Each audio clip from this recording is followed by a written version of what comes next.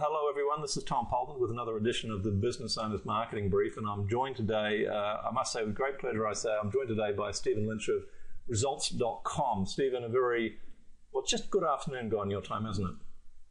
Yes, it's a privilege to be here, Tom. Thank you for having me. Well, thanks for coming along. Stephen's a Kiwi living in San Francisco, and he's done an extraordinary job of building a best practice business. He's the Chief Operating Officer of Results.com, as I mentioned.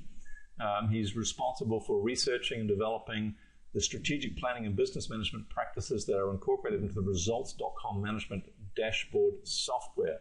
So my observation from the outside, Stephen, is that you've become something of an expert of taking best practice and making it easier to use for small and medium-sized enterprises. Is that a fair assessment? Yeah, I guess much like yourself, we've been, management consultants for the best part of the last 2 decades, and what we've done is bottled what it is that we've learned along the way and put it into a software product which helps small and medium-sized business owners more effectively manage their business. But people at this point are probably wondering if management consultants doing what we do, whether it's compulsory to have no hair and black T-shirts. Yes, probably. And I can assure you, folks, we did not colour match prior to this. Yeah, surprise. All right. So, for those of you who don't know Stephen, you haven't been following his blog, which you should definitely go to results.com and subscribe, because Stephen's blogs contain a lot of gold. They contain a lot of gold, a lot of key insights, and they're also very practical. So I can certainly relate to them because it's kind of a similar style to what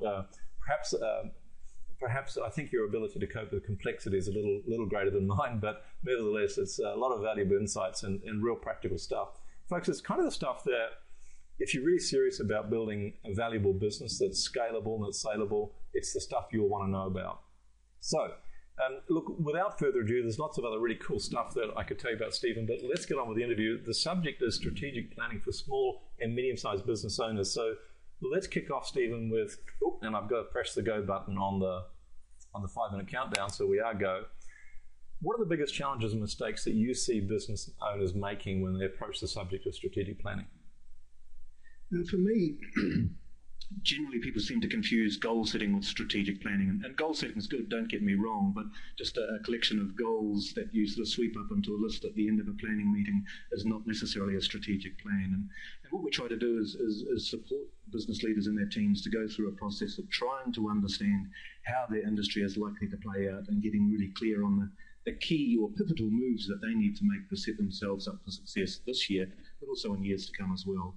And that's what we endeavour to do, is to focus them on what are the key moves that you need to make to set yourself up for future success in your industry. Big picture things that are going to position them to have competitive advantage in their industry in the future. Would that be another way of putting it? Correct. Okay. Yes, absolutely. So one of the mistakes that you see is that people think that setting objectives is actually strategic planning when it's goal setting. So Correct. what about goal setting then? Because as you said, it's a key part of the whole winning the business game process. What are some of the best practices that you've observed with goal setting? They need to be obviously aligned to the strategic direction that you're going in, first of all. So you need to have a clear vision and a clear strategy in order to be able to set effective goals. But the biggest mistake I see, and I see this all of the time, is A, having too many goals, or B, setting goals that are so optimistic and aggressive that people don't achieve them. Now, I understand why you want to do that, because it's the old aim for the stars, you might reach the moon concept. But what happens is that, particularly when you start to display people's performance using a management dashboard platform like, for example, ours, is that people see that they're not achieving their goals, and they can get really discouraged if the goals are set so high that they never actually feel the thrill of victory. And there's a lot of research now that shows the motivational effect of people being able to see progress and experiencing and enjoying small wins every step of the way. So you've got to set the goals so that if you've got good people doing a good job, they should be able to achieve their goals 9 times out of 10. And we just need to set the goals just with the right amount of stretch. It's one of the things that... So prior to engaging as a client, what percentage of business owners would you say, A, don't have goals, and B, secondly, what percentage may have goals but don't actually track their progress towards them? I guess many of them they'll have like a forecast or a budget. So they've done some sort of financial forecasting and they have that. And that's great. And it's usually to grow something by X% this year. And that's pretty much all they do have. And they track and measure their progress towards that. They don't necessarily have an overarching vision and strategy to align their goals to. And they're probably not tracking what we would call key performance indicators. What are the key numbers that you need to drive on a daily, weekly, monthly basis that are going to help you achieve those outcomes that will be reflected in their financial statements at the end of the month? Okay, so look, a lot of companies, talking about KPIs, a lot of companies struggle in terms of figuring out the right things to measure. You got any insights you can share with that in less than 1 minute and 40 seconds? Yeah, there you go. I mean, there'll be some industry benchmarks as a start point. You know, what are some of the best practice KPIs for your industry? And we can certainly use that as a start point. But regardless of your business, you know, you've got marketing, you've got to generate leads, you've got sales, you've got to convert those leads into business. You've got to provide your product or service efficiently. You've got to collect money and ultimately make a profit, hopefully one day. And so, yes, there'll be some outcomes you want to track there, but what are the activities that drive those outcomes? What are some of the effectiveness measures that drive those outcomes? Most companies only track outcomes, but there's real power in understanding and measuring the activities, understanding and measuring the effectiveness measures. Oh, I think we're singing off the same hymn sheet. We might have slightly different words we're singing, but it's pretty much the same tune. What about employee engagement? That's a really tricky one. Can you share any insights or best practices in less than 50 seconds? How do you get people engaged? Have a vision and strategy and share it with your people. Vision, strategy, share it. Who we are, where we're going, how we're going to get there.